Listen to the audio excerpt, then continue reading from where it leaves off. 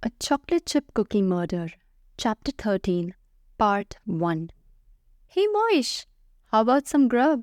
Hannah tossed her purse onto the couch and carried Moish out to the kitchen. She draped her parka over a chair, set Moish down next to his food bowl, and poured in a generous serving of Mew Mix. Then she remembered that she'd just won a slot machine jackpot, and she opened a can of fancy albacore tuna and dumped that in too.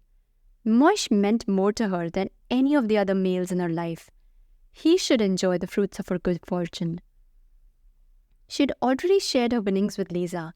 Hannah had given her a bonus of $200, making her promise to buy a fancy dress to go with her new shoes.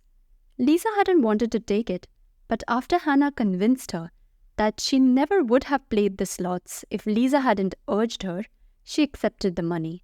Hannah had done some mental arithmetic as she'd driven home, taking into account the money she'd spent investigating Ron's murder for Bill. Even after she'd subtracted the cost of the makeup from Luann, the dress from Claire, and the money they'd spent at Twin Pines, she'd still come out over $1,000 to the good. While Moish munched and rumbled his contentment, Hannah marched to the kitchen phone to call Bill and tell him that she'd eliminated the bouncer as a suspect. Bill wasn't at his desk at the sheriff's station, but she left a message there and another with Andrea, who promised to prop up a note by the phone. Hannah hung up, her duty done, and went to her bedroom to change into the oversized sweatshirt and sweatpants she had bought when the furnace had gone out last winter. 10 minutes later, Hannah was sitting in her favorite spot on the couch, sipping her wine and holding Moish. He was always starved for affection when she'd been gone for hours, and tonight was no exception. She scratched him under his chin while he purred in ecstasy, and she sang the silly little song she'd made up for him. She'd never been able to carry a tune, but as long as she kept on scratching, Moish seemed to enjoy it. Perhaps it was a good thing that she lived alone. If anyone had heard her singing about how much she adored her big strong puss, she'd be locked up as a nutcase. The condo complex had free cable, and Hannah surfed through the channels. There were 50, but there was still nothing she wanted to watch. She settled for a documentary on forensics. It was possible she might learn something, but all the expert talked about were the new advances in fingerprint technology. Hannah listened to him expound on the use of superglue in sub-zero temperatures to lift prints from a victim's skin, and then she switched to the classic movies channel. Clute was playing and she'd seen it before, but she didn't feel like channel surfing any longer and she left it on. Hannah thought about the crime for a while, but that was depressing. None of her sleuthing had done a particle of good. The cup with the lipstick had been promising at first, and she'd managed to find out that Daniel had been with Ron right before he'd been murdered. But what Daniel had told her really hadn't mattered in the long run. She checked out Coach Watson and the jealousy motive, but he'd been with Marianne at his mother's house when Ron had been shot. Norman was no longer a suspect, now that Dolores had confirmed his alibi, and the homeless man that Claire had seen had been eating his breakfast at the critical time. The bouncer that Ron had fought with at Twin Pines would have been in the clear just as soon as Bill checked with the hospital, and Hannah was fresh out of suspects. She had to come up with some other suspects, but she didn't have any idea where to start. She reached for the notepad she kept by the couch and scrawled a list of names: Coach Watson, Norman, Blaze, and Alfred Redbird. Then she sighed and drew a line through each of them. As an afterthought, Hannah added Daniel to the list, but she really didn't think that Daniel had shot Ron. All the same, she decided to check to see if she had an alibi.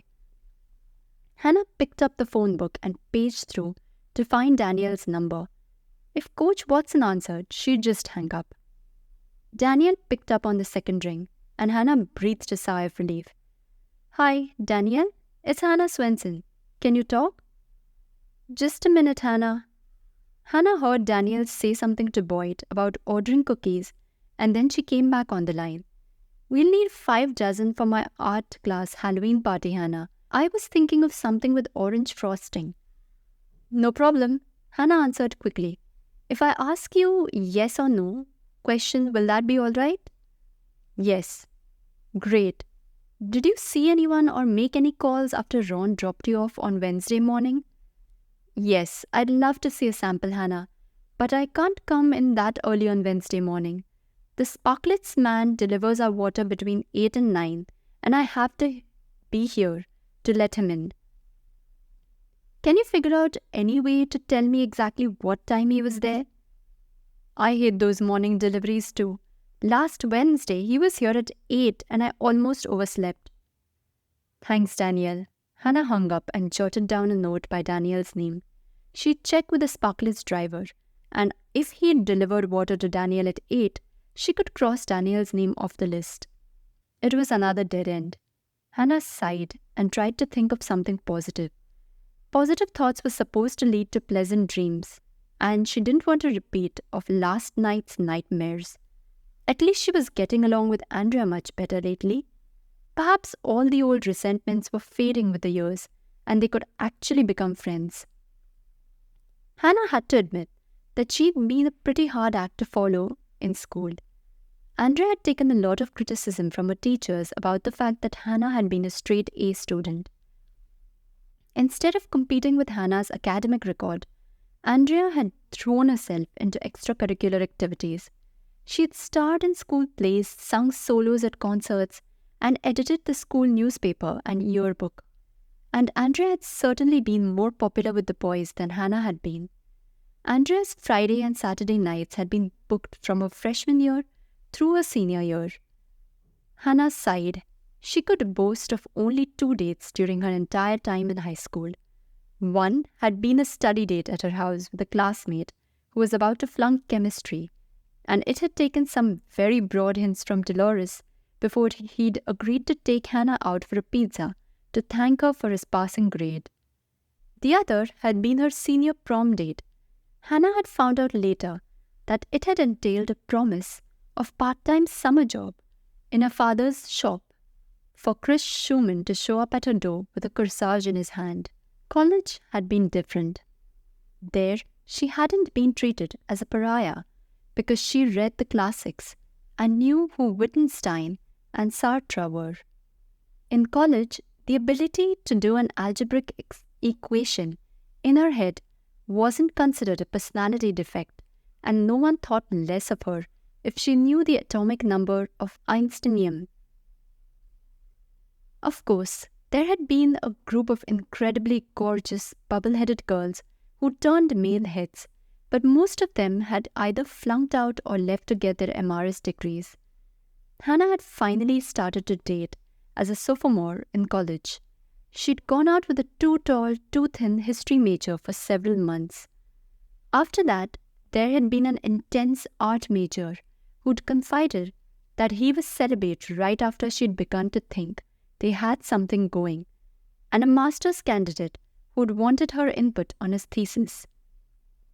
True love, or perhaps it was true lust, hadn't found her until November, in her second year of postgraduate work. That was when Hannah had met the man she thought would be her soulmate. Bradford Ramsey had been the assistant professor in Hannah's poetry seminar, and the first time he'd given a lecture, she had been spellbound. It hadn't been his manner of speaking or the way he'd read stanzas from Byron or Keats. It had been his marvelous, soul-searching, dark blue eyes. Social meetings after class with the professor had been frowned upon by the administration unless several students were in attendance, but Brad had found ways around the rules. Hannah had gone to his office for several student-professor conferences. After he told her that he thought he was in love with her, she'd wound up at his apartment, sneaking through the lobby at 11 at night with the hood of her parka obscuring her face. That night and the nights that followed had been memorable. Hannah had discovered that sex was a lot more fun than she thought it would be. But the last night she'd spent with her handsome professor had been memorable in a way she'd never anticipated. His fiancée had driven in for a surprise visit. Brad had panicked, and Hannah had been forced to vacate his bed by way of an icy fire escape. Hannah had broken it off and told herself that she was wiser for the experience, but that hadn't made it any easier. Seeing her former lover stride across campus with a gaggle of young, impressionable girls in his wake had been almost too painful to bear. It had come as a relief when Andrea had asked her to leave college and come back to Lake Eden to help settle her father's affairs. That didn't mean that Hannah had given up on men. She was just taking a breather, waiting for one she could love and trust to come along. In the meantime, she had family, her work, and a loyal cat. And if her bed was lonely, and she sometimes wished that she had someone without furry paws to cuddle, she could deal with it. The phone rang and Hannah reached out to answer it. "Hi." "Hi, Bill, it's about time." "How did you know it was me?" "Who else could it be? Mother never calls me this late, and Andrea told me she was going to bed an hour ago. Did you find out anything new about Ron?" "Not a thing." Bill sounded depressed. Ron had no known enemies. He didn't owe any large amounts of money, and there were no deposits to his bank accounts that couldn't be explained. "I've got zilch." Hannah was quick to commiserate. "Me too. I talked to the manager at the casino, and I think we have to eliminate the bouncer as a suspect. His name is Alfred Redbird, and you should check with the hospital. His wife had a baby that morning. If he was with her the whole time, he couldn't have shot Ron." "Okay." Bill sounded even more discouraged. "I'm fresh out of Leeds, Hannah. If we had a motive, we'd have something to go on. But we don't even have that." Hannah's eyes were drawn to the television screen. Flute was still playing, and that gave her an idea. Maybe we do have a motive. What if Ron saw something that morning? Something that could incriminate his killer in some way? That might be why he was shot. And Ron was murdered before he could implicate his killer in another crime? Bill was silent for a long moment, and Hannah knew he was thinking it over. You could be right, but how do we find out what Ron saw? I'll go back to my source, the one with the pink lipstick.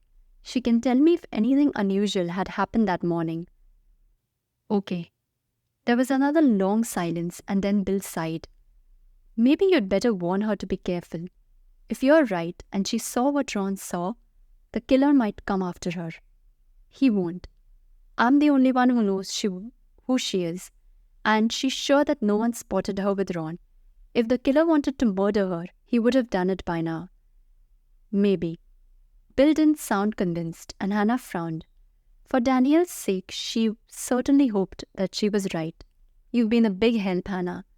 By the way, did you know that your mother saw Ron pulling away from Norman's dental office right before she went in for her appointment? Norman told me about it. I questioned him, but he said that Ron was only in his chair for 20 minutes. He gave Ron a shot of xylocaine for his cracked tooth, and Ron was supposed to come back to get it fixed. I'll get back to you as soon as I talk to my source. I'm sure she'll be at the Woodleys' party, and if you want to talk to Norman, he'll be there too. Andrea told me you were going to the party with Norman. Is it serious? Serious? With Norman? I was just teasing you, Hannah. I'll see you at the party, and we can compare notes. Hannah hung up and flicked off the television. She scooped up Moish and carried him into the bedroom and deposited him on the pillow she designated as his on the first night he'd spent in her condo. Then she went back for her wine glass and flicked off the lights, taking a seat in the old wing chair she'd placed in front of her bedroom window.